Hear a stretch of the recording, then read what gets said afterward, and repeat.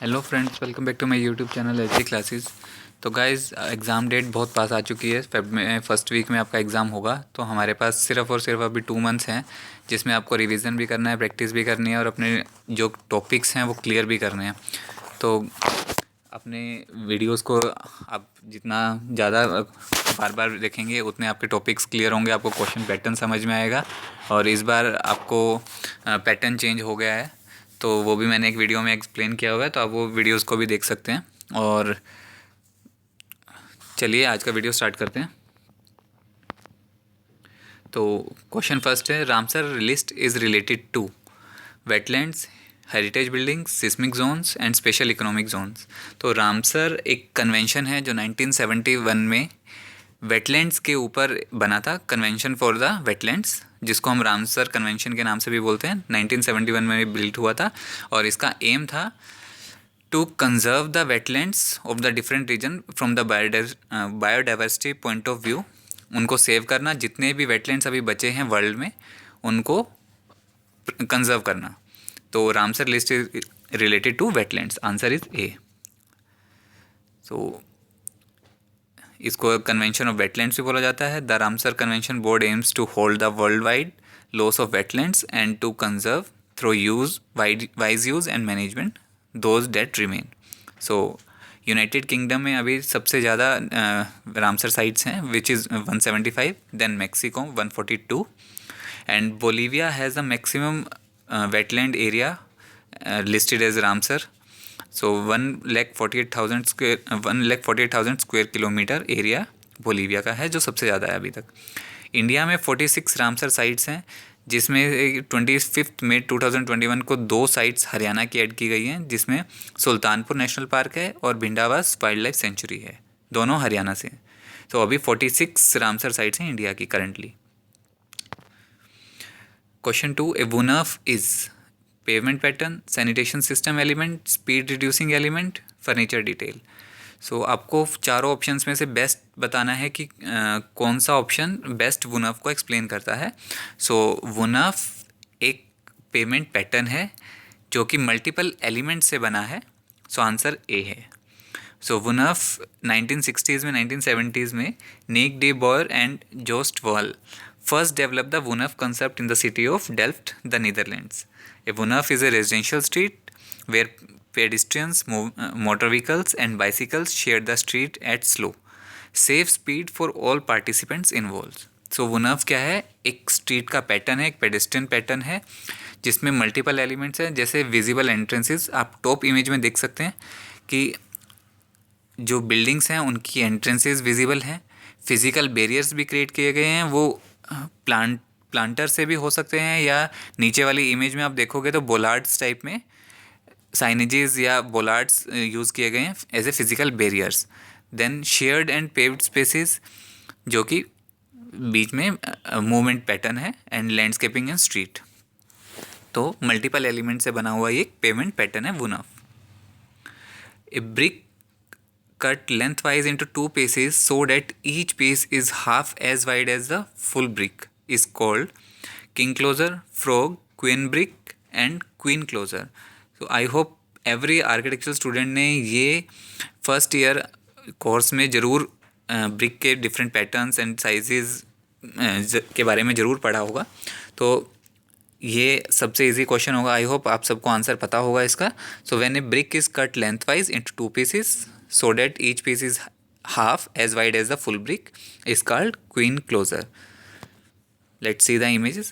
So snap header, when the brick is cut into half along its length, तो 2 equal pieces में convert हो जाएंगे। और when इसको लेंथवाइज में इक्वल पीसेज में कन्वर्ट करना है तो क्वीन क्लोजर होगा। when the edge is beveled as image is seen, then king closer, then beveled closer, then beveled bat, quarter bat, 3/4 bat and beveled bat. So beveled bat are two same, one is smaller piece and another one is the larger one. So please understand the difference of small and large. Do not confuse beveled bat is there. When it is small, then it is smaller one, and when it is larger one to ask, then it is larger one. Let's move to the next question. The point of contraflexure is a point where the shear force changes its signs, deflection is 0, bending moment changes its sign, torque is 0. So point of contraflexure वो point होता है जहाँ bending moment positive से negative और negative से positive, और we can say it approximately equal to 0. So when bending moment changes its sign, in that point is called the point of contraflexure. So point of contraflexure is a point where the curvature of the beam changes its sign. It is sometimes referred to as a point of inflection and will be shown later to occur at the point or points on the beam where the bending moment is 0. Knowing the place of the contraflexure is especially useful when designing reinforced concrete or structural steel beams, and also for designing bridges. In a bending beam, a point is known as a point of contraflexure if it is a location at which no bending occurs.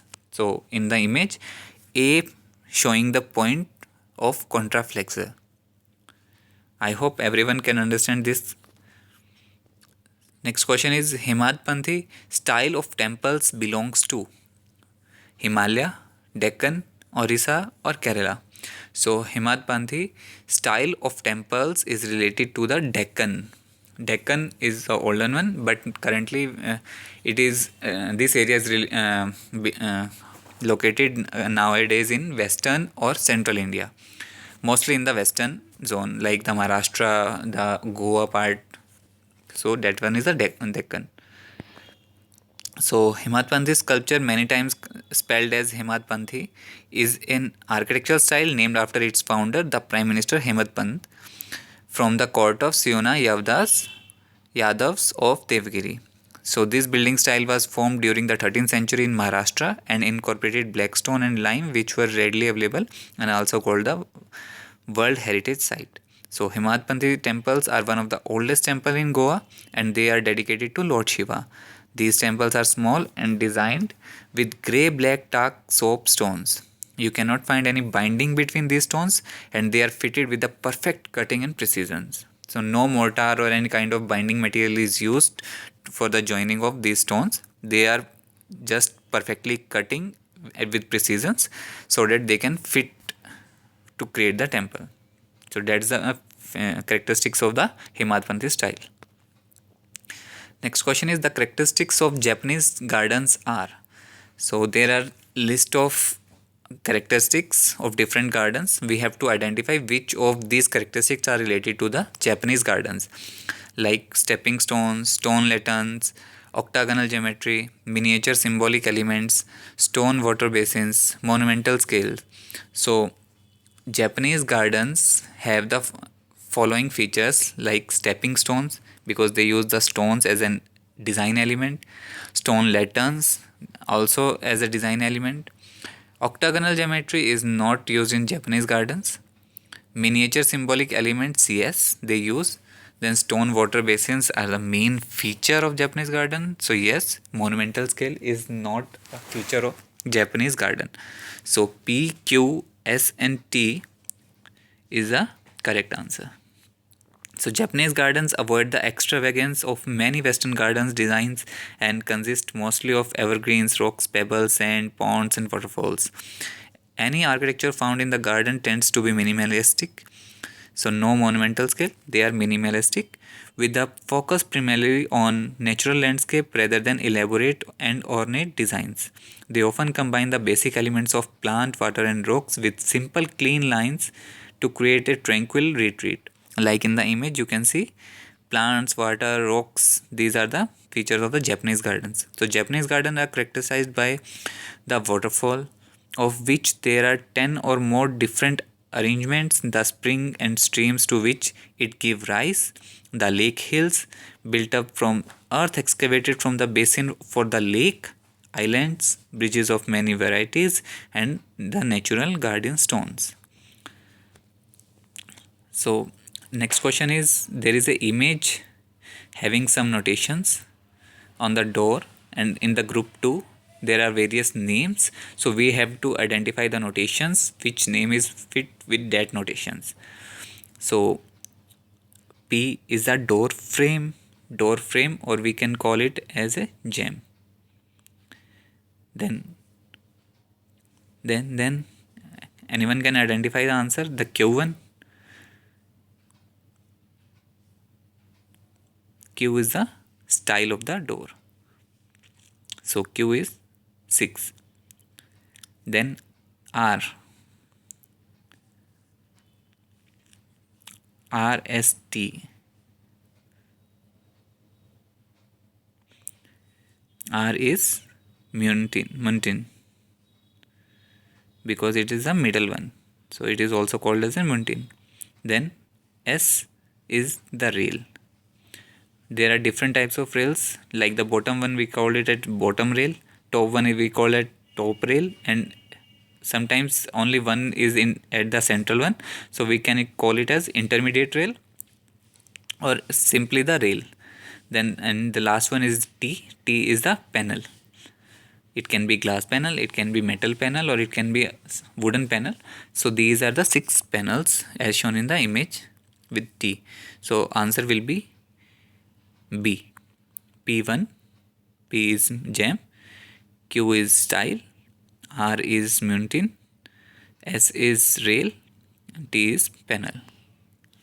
Let's see the other parts of the doors also, like top rail, then panel is there, top mullion is there, freeze rail, style, as P is in the Q is in the image, then panel, mid mullion, middle rail, again panel and lower mullion, molding, frame or lining, and the bottom rail. Sometimes architrave is also used at the doors. Head, stops, legs and jambs, and sill threshold. So these are the various parts of the door. I hope everyone has understand this. Next question, for incandescent lamps the distribution of total energy emissions is. incandescent lamps के लिए कितना distribution light में होता है और कितना heat में होता है हमें वो बताना है.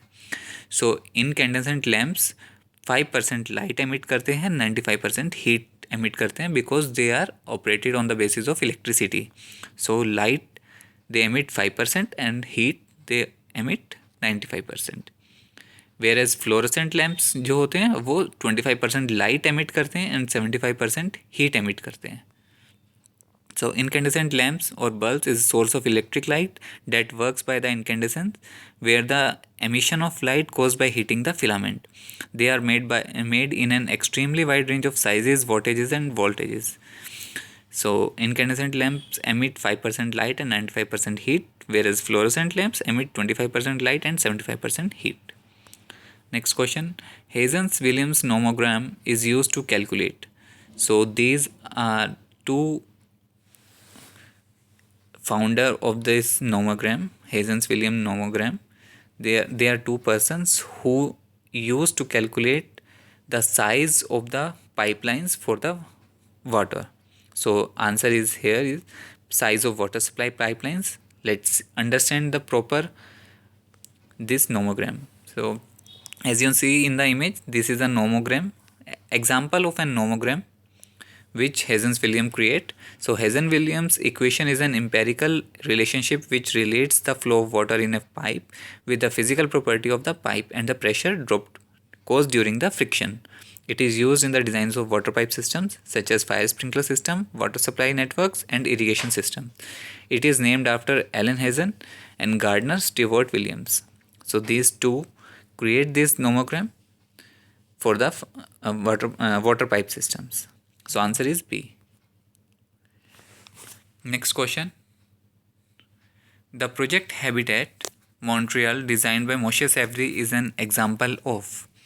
So Moshe Safdie designed a very beautiful housing, Habitat 67 it's properly called, in Montreal. So it is not based on high-rise apartment. It is not based on low-rise detached dwellings. It is not an organic architecture, but it is prefabricated housing. So this image shows the Habitat 67. It is very famous and one of very famous project of the Moshe Safdie. So Habitat 67 comprises 354 identical prefabricated concrete forms arranged in various combinations reaching up to 12 stories in height. So together these units create 146 residences of varying sizes and configurations, each formed from 1 to 8 linked concrete units. The complex originally contained 158 apartments, but several apartments have since been joined to create larger units, reducing the total number.